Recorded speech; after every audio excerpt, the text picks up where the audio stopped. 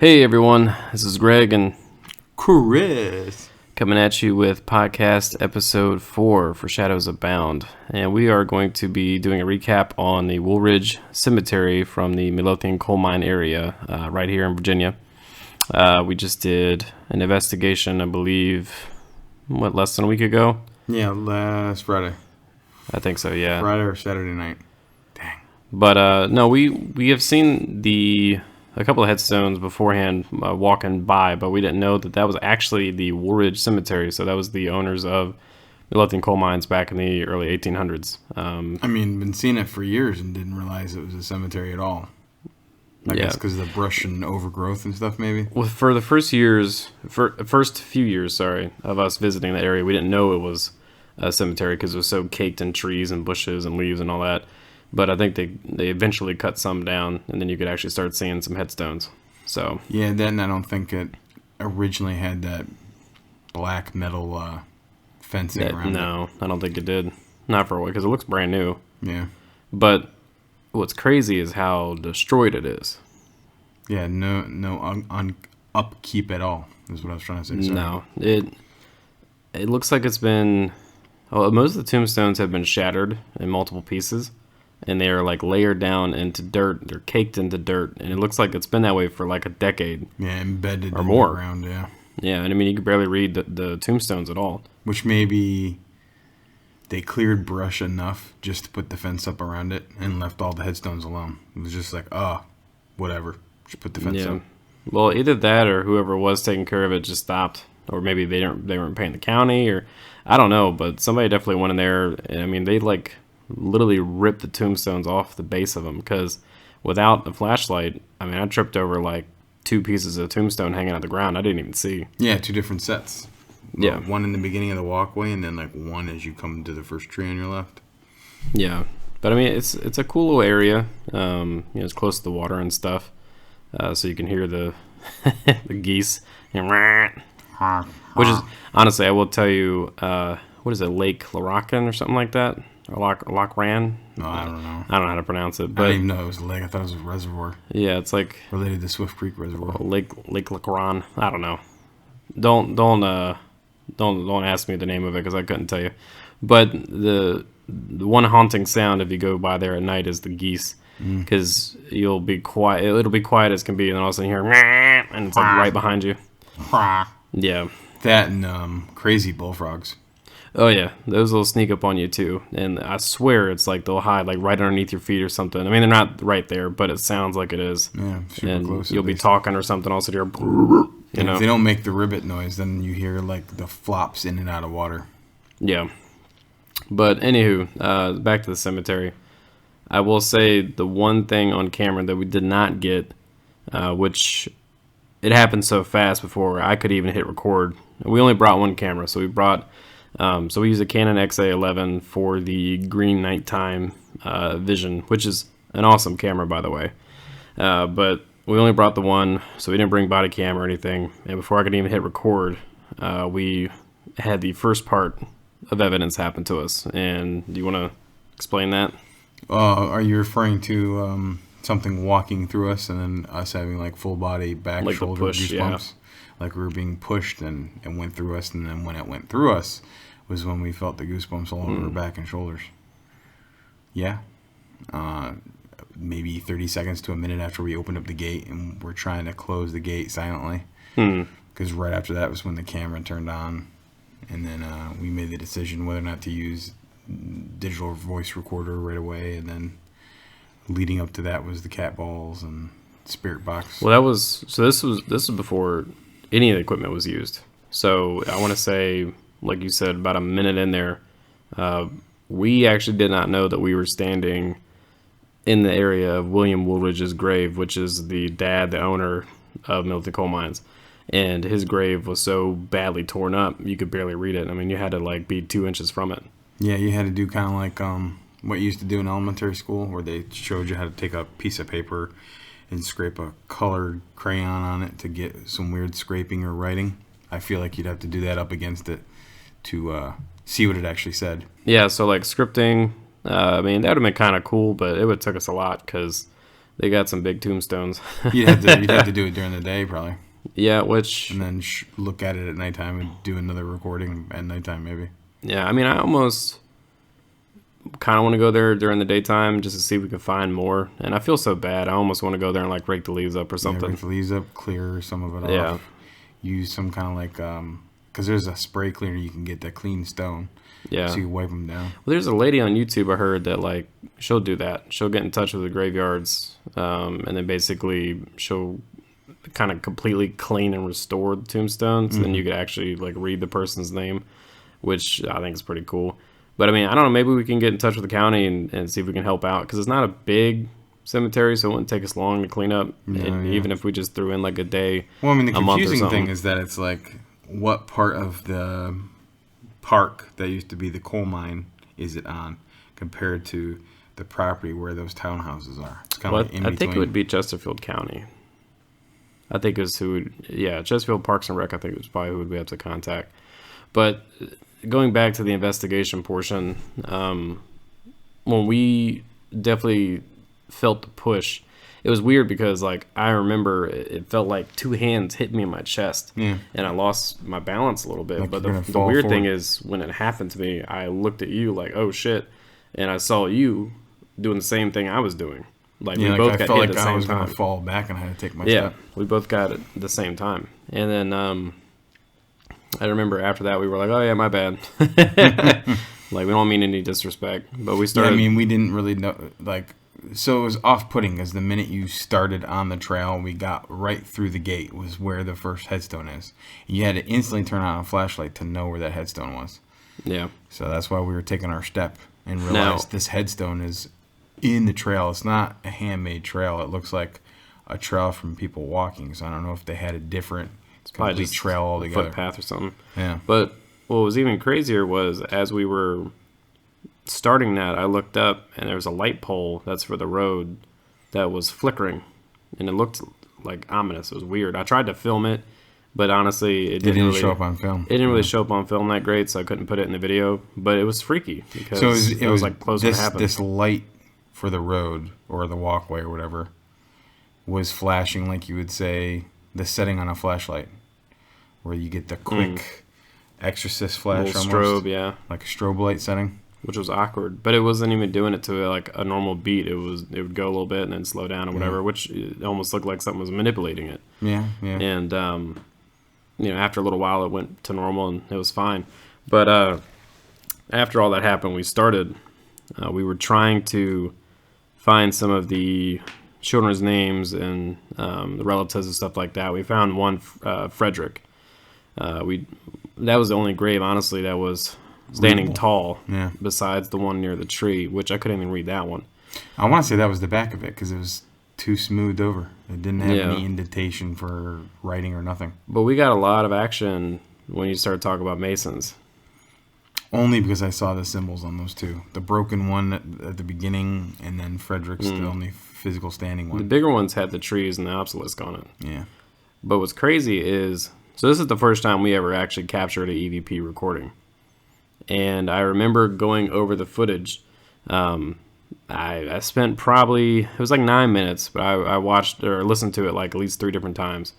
And I was just kind of listening to it while I was editing, just not really honestly paying attention. And then all of a sudden I was like, let me really come through here and see if I can hear something, because all these shows, they get these crazy EVPs and as I was editing, I was like, how do they get this stuff? I was like, because honestly, I almost was like, is this fake?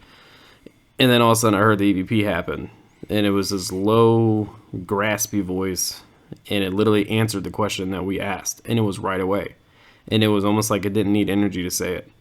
Because with the spirit box, we ask a question, and sometimes it takes 10 to 15 seconds for them to muster the energy, and then they answer. And this was right away. This was right away. And we asked the question, were these coal mine explosions on purpose or on accident? And this graspy little voice, which you have to really put headphones on and turn up to hear it like perfectly. But it was like, on purpose. Like, it just was very like a graspy country accent.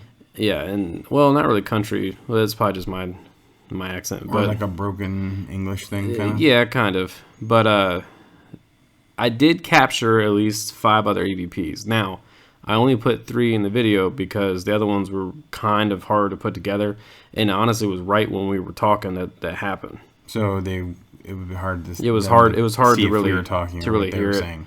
And I almost was like, "Was that really one or not?" I mean, I knew it was, but the other one that freaked me out, which in the video I put there, was I felt a presence behind me, and I asked, is there something behind me? And I felt it like literally right over my shoulder.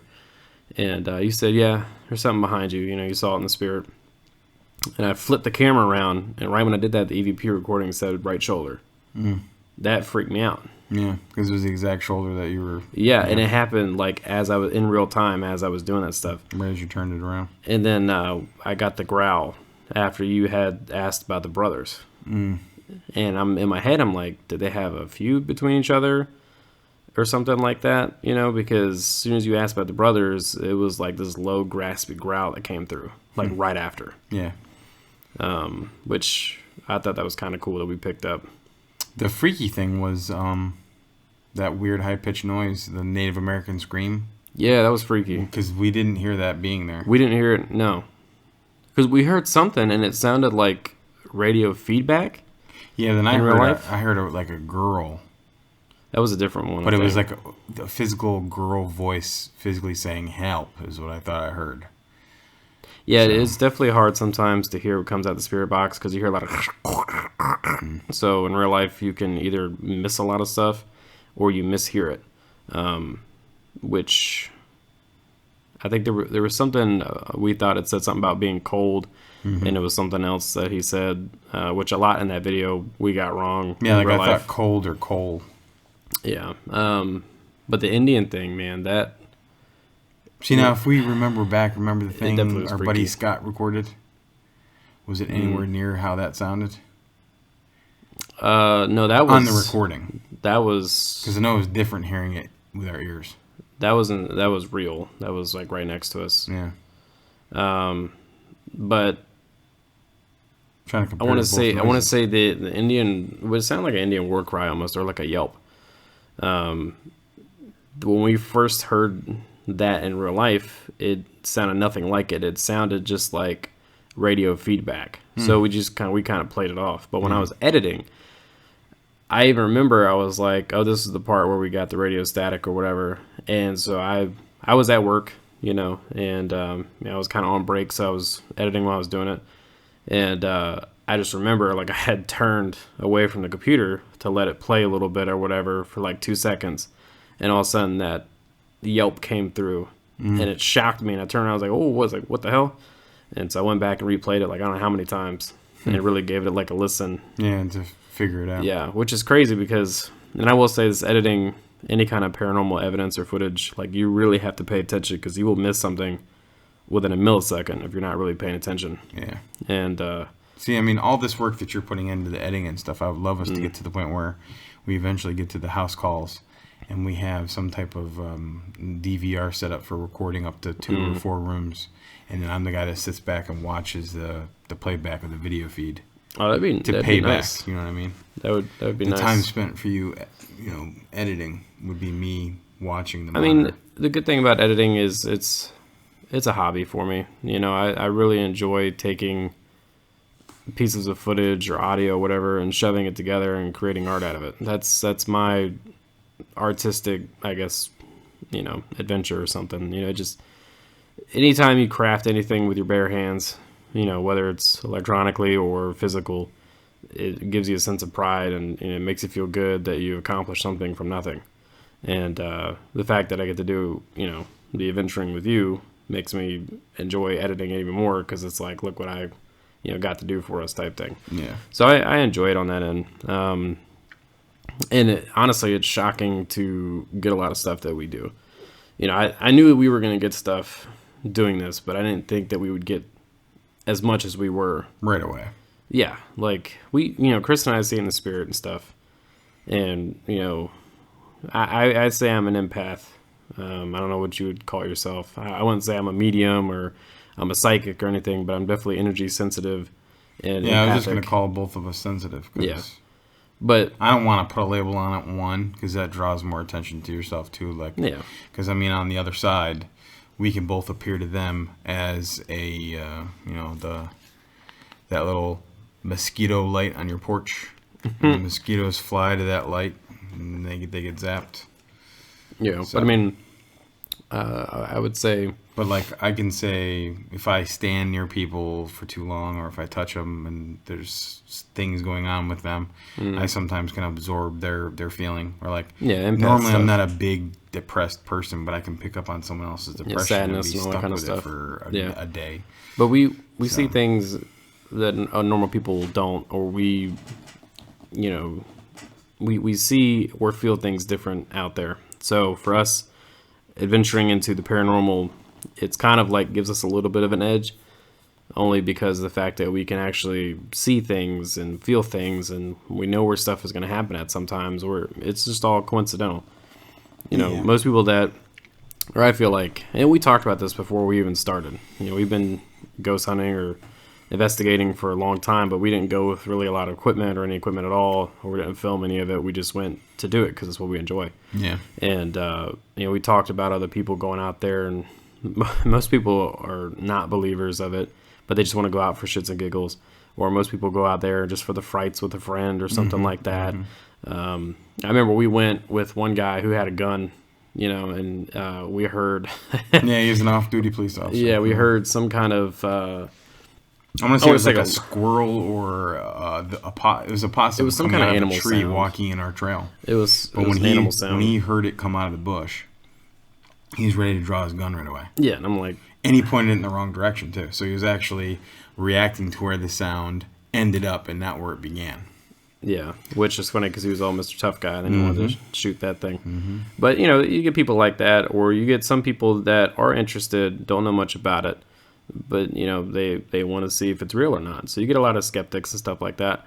But for us, we see things in the spirit, we feel things, and we have a general, love for the hobby and for the world of the paranormal. Yeah, and, I've always had the dream of making it a career because I am still kind of on a path, I guess you'd say, to figure out how to become a demonologist. I aspire to be as good, if not better, as Ed and Lorraine Warren. Yeah, I mean that's a cool goal. I mean, I feel like a lot of people look up to those people and try and admire their work and learn from them and stuff. Which I don't really have anybody that I would say I look up to in the field. I mean, I watch the shows and I've heard stories or I listen to the different stories in the books and stuff like that, but. I don't have anybody I look up to. I think you do in the world of the paranormal. But for me, it's just I want to make my own path. You know what I mean? Yeah. Like they always say, nobody does it better than you yourself. Right. Like you always want to be the best version of you. And so that's kind of how I look at this. It's like we're starting this new. Yeah. We're starting it from scratch and nothing. Like we're making our own path. But I mean, for you, looking up to them, I think that's a good path to go for. Well, I mean, I want to say I want to do it too, just because if you compare us to them, let's say, you and I are both of them combined. We both technically could come at the demonologist field, learn the things that you need to learn, let's say, related to it from scratch, memorize it based on phenomenon and reactions. And we already have her side of it because she was a medium and sensitive. Yeah. But she was even more. She was 3. They were saying she was a sensitive, a medium, and a psychic. So, well, we have a portion of the sensitive part at least. Yeah, and then you can learn the demonologist part. And honestly, I feel like since we started this, some of our spiritual, I don't know if you want to say powers or whatever, I feel like it has been gaining or expanding, and I feel like our body is growing more into it, I guess you could say, or we're expanding our, I don't know what you want to say. Our bandwidth reach has expanded. Yeah, basically. There you go. The simplest way to say it. Or we evolve, we're evolving, which is a good thing because every day you should evolve at least a little bit. Every day, if you don't learn something, I would call that a bad situation. Yeah. So you always want to have something happen to you. 1% better every day. Yeah. But the cool thing about It's better to crawl than run right away too. So we're crawling at this point. Yeah, like you're saying with the demonologist stuff. It's good to learn to protect yourself in certain ways. So I wouldn't be opposed to doing that kind of stuff. But I will say with Woolridge Cemetery, this is the first cemetery that we've walked through and filmed that's destroyed and unkept as it is. Yeah. And I will say this is also evidence of, like, I'll explain. When we were there and filming, and I think I even put it in the video, I'm like, oh, we didn't really get much, whatever. There we were like, oh yeah, we didn't get any kind of recordings, we didn't get this, that, or the third. And then editing, I was like, holy crap, we got a lot. Buttload, yeah. This is one of the very first few times that I'm like, this is evidence of, wait till you edit. Yeah. Definitely true. I mean, I would compare it to, so I've been to like Henricus Park and I've been to Belle Isle during the day and night at both locations. The energy-wise is spot on with Henricus Park during the day. And that's after you stood there and you're letting the reenactor act like they're in that time period and they're telling you a story and they walk away and you're looking at the scenery and you're asking questions to yourself. It's like that as far as energy. Yeah. Or, because I've been to Coal Harbor as well. So it's on par for... It's a small cemetery, probably as big as where we're sitting right now. That would be cool for us to record Cold Harbor too. Yeah, like actual sit down, good footage, and bring the equipment and everything. Which that's one of the places on our list is Cold Harbor. Crazy battle in the Civil War. A lot of people died, and very bloody, massacred area. I was actually seeing photos of that earlier online of people digging up remains and crap of the soldiers. It looks so eerie. That's at the earthworks, so you can actually walk past the earthworks and walk up this hill, and this hill is facing a huge empty battlefield, basically. And you can actually, at nighttime, sit there with the two, like, foldable tent chairs that you have, and you just sit there and shoot a camera and watch stuff walk out of the woods. Like, there's photos of people catching people like what looks like I definitely want to do that. An old lantern, and you just see the lantern float and shit. No, I definitely want to do that. Yeah, so definitely Coal Harbor being on our list of places to go to, it makes me want to go eventually get more static X cameras or whatever you want to call them, just handy cams and have some tripods. Now, watching a full spectrum camera would be nice. Yeah, well, we have one of those at least. But watching shows like Ghost Adventures, they go to like a building and they're like, all right, we're going to put an X here and X there and X there. And they get up to like 10 or 12. And I'm like, you have 12 cameras? That's a shit ton of money. Like, we can't afford that just yet. But, eventually I'd love to get to something like that. That's also a lot of footage to edit. Yes, it is. Well, I mean, that's why he's got Jay Wisely and Bill Talley. Yeah. And then other people now for the network, technically, not for him, that does work for him. Yeah. Well, and then some of those cameras he's bought over the last 6 years. And it's not just from the show. He does side stuff. So he does this weird gothic techno music. He does art and painting. And then he gets... picture like, it's, and he's like... well, more gothic, but sounds like that. With goth overtones. Oh, God. But then, people have to pay to enter his museum. So he's getting money from the museum. Oh, yeah. I think it's a $25 tour. Yeah, I watched that show a little bit. Not to get off topic too much, but I watched that show with the museum, and people come in, they bring their little artifacts or whatever, and he just looks so off-putting. I don't know. It's the way that he acts. It's the over boastful, not humble version of himself. He's very... And he wears that weird top too hat much into instead himself. of a normal hat. Yeah. And he's got a throne. So some of those first few episodes, the first like 5, he's sitting down that weird throne chair in an empty room that technically to today is filled with the stuff from his demon house. The 2 barrels filled with the dirt under the stairwell and the stairwell itself. And he's like, come on in. Oh, yes. Twiddling his thumbs. I'm not into that. So his whole intentions behind that is wrong. It's already a bothered or haunted property, and then he bought it because of that and whatever the history is on that. So it used to be like a property that the Scientology people owned. And then he bought all those artifacts, and all those artifacts are doing is powering what happened at that property. So all he's doing is creating more attention to be recorded or it's just creating whatever. a big-ass portal. Yeah. Like that he can profit off of, though, too. So you got like a trifecta of negativity. Like that Armageddon situation is going to happen just because this whole building's going to implode. For Las Vegas right there, yeah. Or the whole state of Nevada would be right this there just in the middle. the volcano popped through the museum. Like, what the hell? We lost the city of Las Vegas because Zach Bagans' museum. It's going to look like the Ghostbusters movie where all the ghosts came flying out at once in New York. But yeah, to get back on to get back on topic, Woolridge was a really cool place to go to and visit the cemetery. It was a nice little quaint area, wasn't too massive, and didn't take us long to kind of venture around. I definitely would want to go there during the daytime just to see maybe if we missed some stuff, just for personal. We got to do that more too, because I feel like the 20 pictures I got are really cool. We have. That's what we need to do more, I think, is, and let us know if you want us to start doing that, doing maybe some photography while we're there and putting the pictures up on the YouTube channel. And eventually I will make a Facebook group so we can put that kind of stuff on there too, because I think that'd be honestly kind of cool for us to do.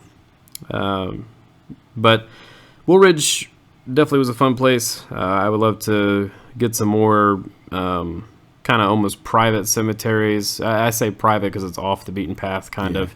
It is public. You can't go there. Yeah. But I would love to do some more of that. Now, we do have some stuff coming up this January, so we're gonna end the podcast here in a minute. But I just want to go over some information for everybody. There is the Hanover Tavern Paracon that is on the 21st of January. We actually already got our tickets. They do a paranormal investigation for the jail over there, the library, the tavern, some other stuff.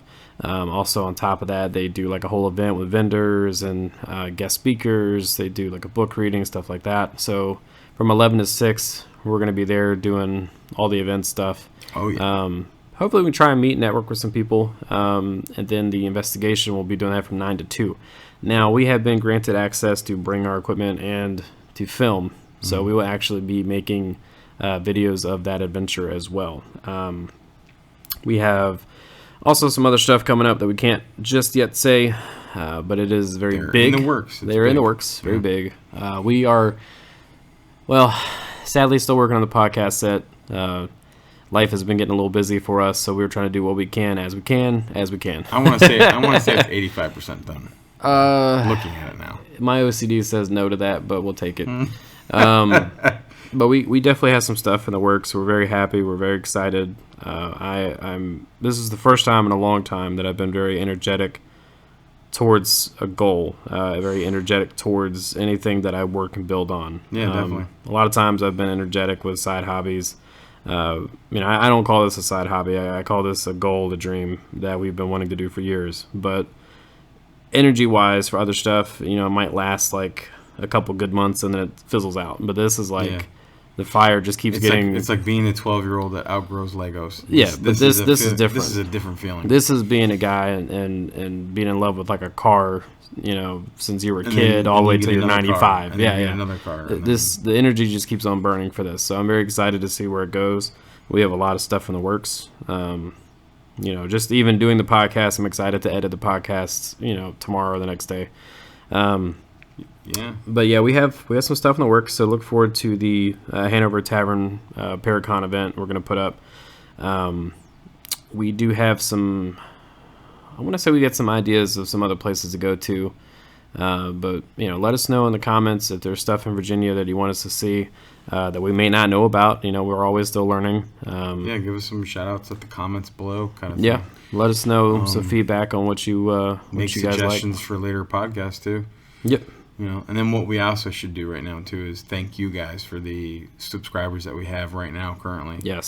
Especially for the amount of likes that we're getting on certain posts too as well. Yes, we are just starting out. We're growing, and I talked to somebody the other day about a channel that was a paranormal channel that was up for like 10 years, and it only had 50 subscribers. We've been doing this for 2, maybe 3 months, and we're at like right under 50 right now, which I mean, to me, it's a blessing. It's not a crazy, insane number, that most people look at, but to me, it means a lot. It's a steady growth. Yeah, it's a steady growth, and we do want to say thank you for the support that you guys give us so far, and we're looking to bring you more stuff. Hopefully, podcasts where we can actually talk about myths and legends, kind of like the WW Pool one. I like that one a lot. Or like for Valentine's Day, do the history on Valentine's Day, why it's Valentine's Day.